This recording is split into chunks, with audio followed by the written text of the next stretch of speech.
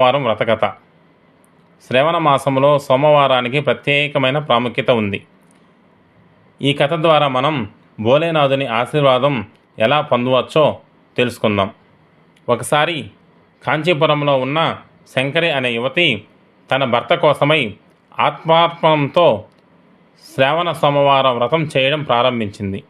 ఆమె ఉదయం లేచి శుద్ధమైన నీటితో స్నానం చేసి శివుడికి పాలు తేనెతో అభిషేకం చేసి బిల్వపత్రాలు సమర్పించేది.